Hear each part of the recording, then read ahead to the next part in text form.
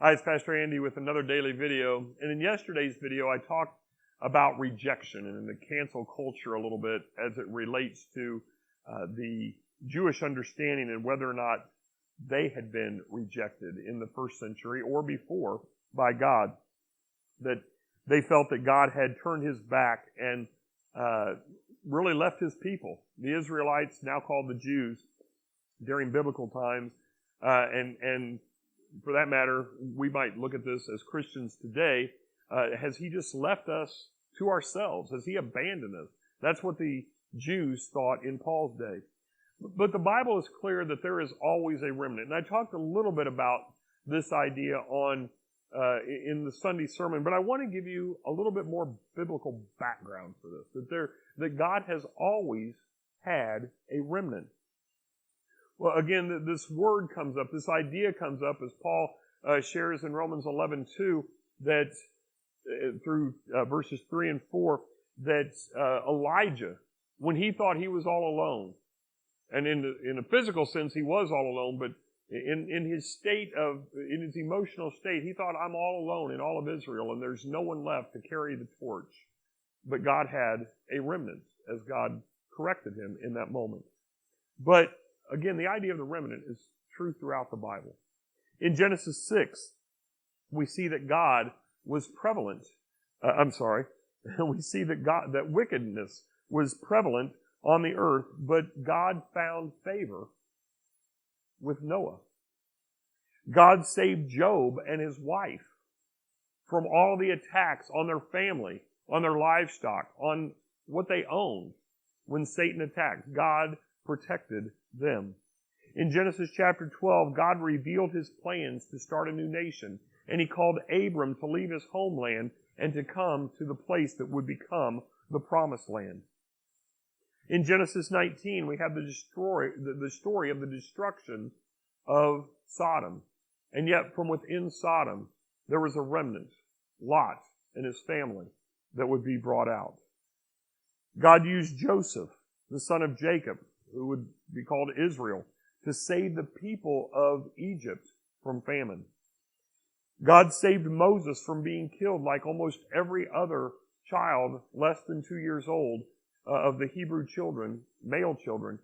God protected Moses as a part of a remnant who would later lead his people out of Egypt. God allowed Joshua and Caleb and everyone who had been under the age of 20 to enter the promised land, even though the older generations and 10 of the other 12 leaders, besides Joshua and Caleb, did not believe that they could defeat the enemy in the promised land. Again, a lack of belief. Jumping way ahead, God saved Daniel, and he saved Hananiah, Mishael, and Azariah, whom we typically know as Shadrach, Meshach, and Abednego. He saved them and many others after their generation had been taken from Israel into captivity in Babylon. If we jump ahead to the New Testament, God spared the apostles from the initial persecution of the church. That if it had happened, really, Christianity could have been wiped out before it even began. In Revelation, we see that God puts a seal on 144,000 so that they will not be harmed during the seal judgments. And we can go throughout other parts of the Bible and find other examples, but the point I want to make is that when you or I may feel alone, as Elijah did, or even in your faith, as people have throughout the centuries, that you may feel like you're the only one who cares, that you're the only one who is trying to remain faithful to God. There have been countless people throughout the Bible and throughout all of centuries. Realize that we only see a small part of what God is doing.